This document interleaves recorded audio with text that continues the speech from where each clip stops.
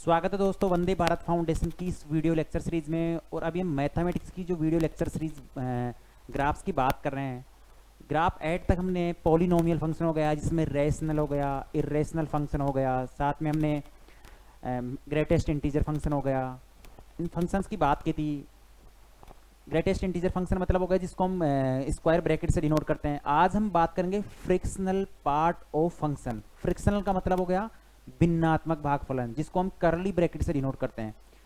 जितने भी हम लेक्चर सीरीज के अंदर ग्राफ्स की बात कर रहे हैं वो इंपॉर्टेंट इसलिए हैं कि बच्चों के बेसिक्स को मजबूत करने के लिए सबसे बड़ी, और एक्यूरेसी स्पीड बढ़ाने के लिए बहुत ज़्यादा इंपॉर्टेंट है। तो आप इन सभी लेक्चर्स को देखते रहिए। आज बात करेंगे लेक्चर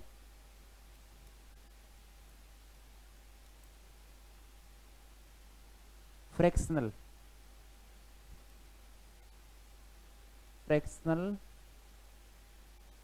पार्ट ऑफ फंक्शन, भिन्नात्मक भागफलन।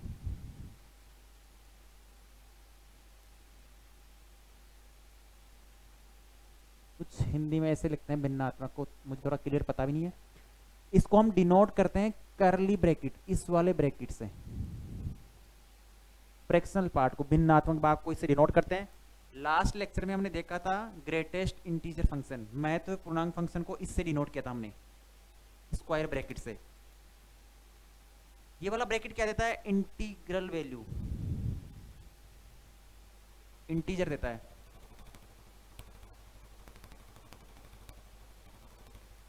पूर्णांक। अगर यहां पे 2.3 रखेंगे, 2.3, तो ये क्या देता है? 2। स्मॉलेस्ट और नियरेस्ट वैल्यू, स्मॉलेस्ट और नियरेस्ट क्या है? इंटीजर इसका 2। ये क्या देता है? अगर 2.3 रखेंगे तो ये क्या देगा? 0.3। ये क्या देता है? फ्रिक्शनल। 0.3 क्या है यहाँ पे? 0.3, 2 प्लस 0.3। 2 क्या है? इंटीजर। इसमें इंटीजर को हटा दो और जो भी फ्रिक्शनल भाग बच गया ना इसका, वो क्या हो जाएगा? इसका वैल्यू हो जाएगी। अब हम इसको बात करते हैं कैसे डिनोट करते हैं इसका। डोमेन, रेंज क्या होता है, ग्राफ क्या होता है। y इक्वल टू, इस करली ब्रैकेट से डिनोट करते हैं, ये x हो गया।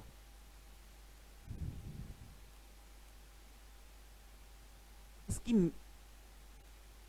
रेंज क्या होती है, डोमेन क्या होता है, इन सब की बात करेंगे। डोमेन मीन प्रांत, x की वैल्यू, और रेंज मतलब परिसर।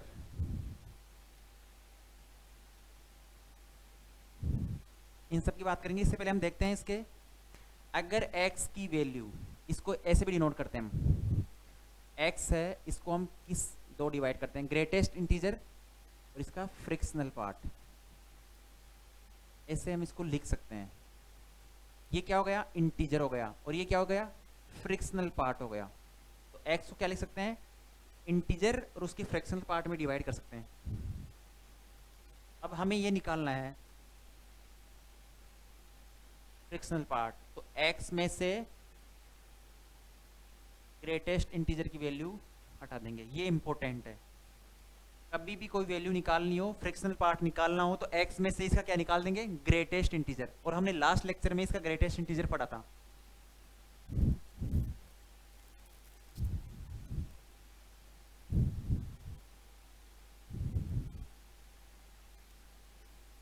यहां से क्या गया? x में से इसकी ग्रेटेस्ट इंटीजर, महत्व पूर्णांक फलन को क्या कर देंगे? सब्ट्रैक्ट कर देंगे, घटा देंगे। जैसे कोई भी वैल्यू लेते हैं, 2.3 लेते हैं, 2.3 का क्या लेना है? Greatest integer. इसका क्या लेना है? Fractional part, not greatest integer, fractional part. तो इसका फ्रैक्शनल पार्ट क्या हो जाएगा? x क्या है इसमें? 2.3। ये x की वैल्यू तो है, x की वैल्यू, इसमें से ग्रेटेस्ट इंटीजर 2.3 का ग्रेटेस्ट इंटीजर क्या हो जाएगा? 2.3।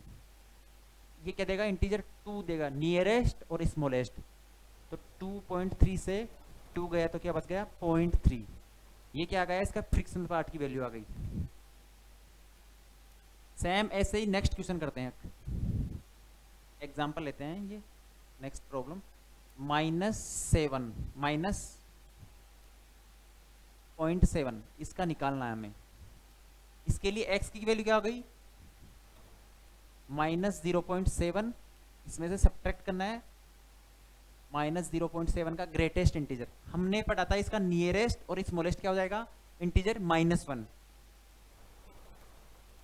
ये माइनस पहले से है और -1 ये आ गया, तो माइनस माइनस क्या हो जाएगा, प्लस हो जाएगा। तो ये क्या हो जाएगा 0.3। इसकी फ्रैक्शनल, इसका फ्रैक्शनल पार्ट क्या रहा है 0.3। इसको याद रखना सबसे इजीएस्ट मेथड है, इससे आपको मिस्टेक होने के चांस क्या हो जाएंगे, कम हो जाएंगे प्रॉब्लम्स को। अब हम निकालते हैं 7 -7.2 का -7.23। अब ये ले लिया, इसका क्या निकालना है, फ्रैक्शनल पार्ट निकालना है, भिन्नात्मक भाग। x की क्या वैल्यू है -7.23, यहाँ पुट कर दिया। -7.23 का क्या लेना है, ग्रेटेस्ट इंटीजर। इसका ग्रेटेस्ट इंटीजर क्या होगा, -8 होगा, क्योंकि इससे छोटा और स्मॉलेस्ट क्या है -8। तो -7.23 माइनस माइनस इसका 8 वाला, माइनस माइनस क्या हो जाएगा, प्लस हो जाएगा। 7.23 + 8, तो इसकी क्या वैल्यू आ रही है, 8 में से 7.23 क्या करना है, सब्ट्रैक्ट करना है, घटाना है।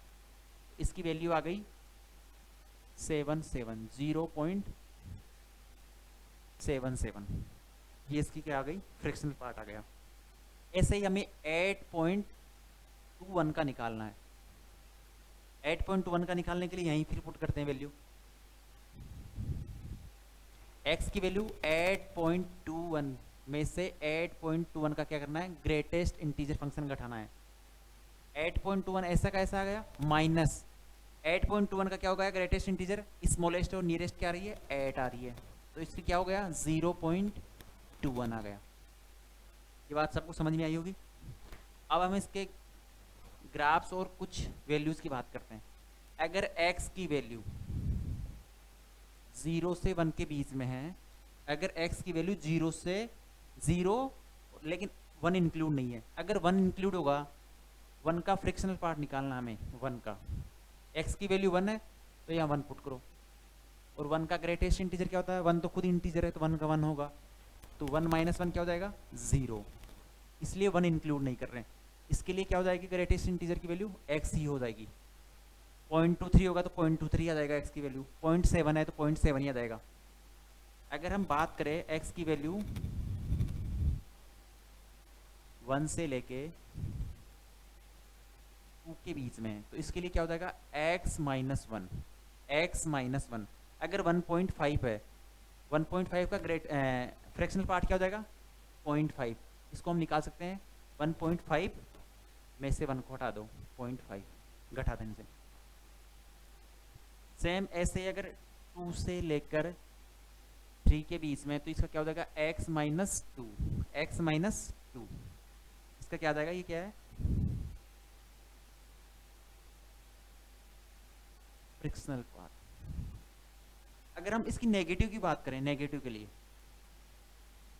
-1 से x 0 तक, x क्या रहा है 0 तक, तो इसके लिए क्या हो जाएगा x + 1। अगर हम कोई भी वैल्यू ले लेते हैं -0.7 का हमने निकाला था, क्या आ रहा था 0.3 आ रहा था, इससे भी निकाल लेते हैं 0.7 + 1 क्या आ रहा है 0.3 आ रहा है, ये क्या हो जाएगा x + 1 हो जाएगा। अब बात करते हैं 2 से लेकर -1 तक, 2 से लेकर -1 तक, तो इसके लिए क्या हो जाएगा x + 2। ये रिमेंबर भी कर सकते हो और इससे भी निकाल सकते हो। अब हम इसके ग्राफ की बात करते हैं, ग्राफ पहले y एक्सिस ड्रॉ करते हैं, और ये क्या हो जाएगा x एक्सिस हो गया, ये x एक्सिस हो गया, ये y एक्सिस हो गया। 0 का फ्रैक्शनल पार्ट क्या हो जाएगा 0 ही होगा, क्योंकि 0 खुद क्या है एक इंटीजर, 0 और 0, 0 में 0 0 आएगा, तो ये यहाँ आ गया। लेकिन 0 से 1 के बीच में क्या आ रहा है x की वैल्यू, तो ये कैसे चला जाएगा ये x इक्वल टू 1 है, ये x इक्वल टू 2 है 1 के लिए, लेकिन 1 इंक्लूड होते क्या हो जाएगा, 0 हो जाएगा। 1 का फ्रैक्शनल पार्ट क्या हो जाएगा, 0। एग्जैक्ट 1 पर क्या हो जाएगा, ये 0 हो जाएगा।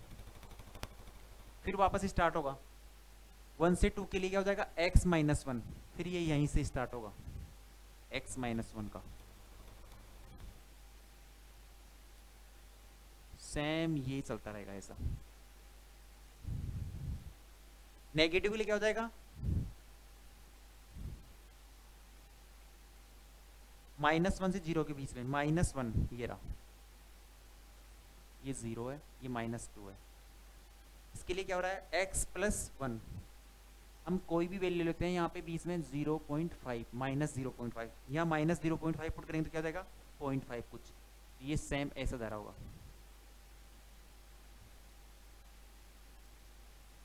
इंटीजर पर फ्रिक्शनल पार्ट क्या हो रहा है, 0 हो रहा है, इंटीजर यहाँ 0 होगा, ये क्या हो जाएगा, फ्रिक्शनल पार्ट का क्या हो जाएगा, ग्राफ हो जाएगा।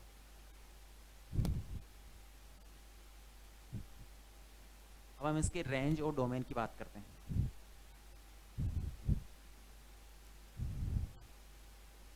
डोमेन, डोमेन मीन्स प्रांत।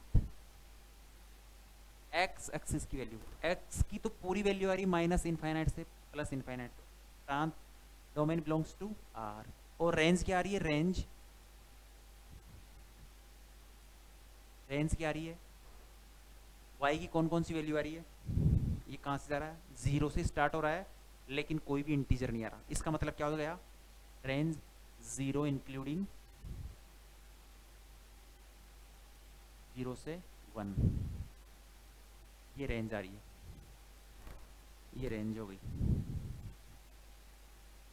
अरे सर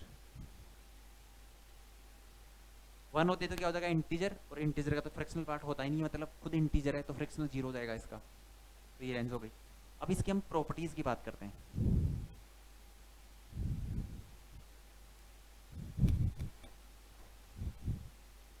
प्रॉपर्टीज, गुणधर्म।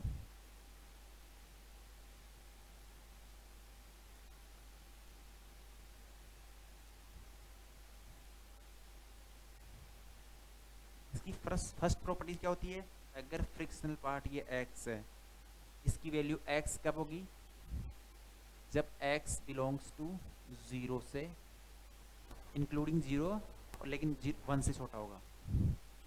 सेकंड प्रॉपर्टी हो गई,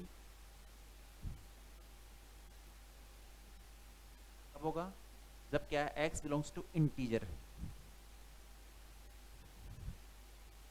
पूर्णांक। जैसे पूर्णांक क्या होता है, 1 2 3 -3, ये क्या हो गया, इंटीजर्स हो गए।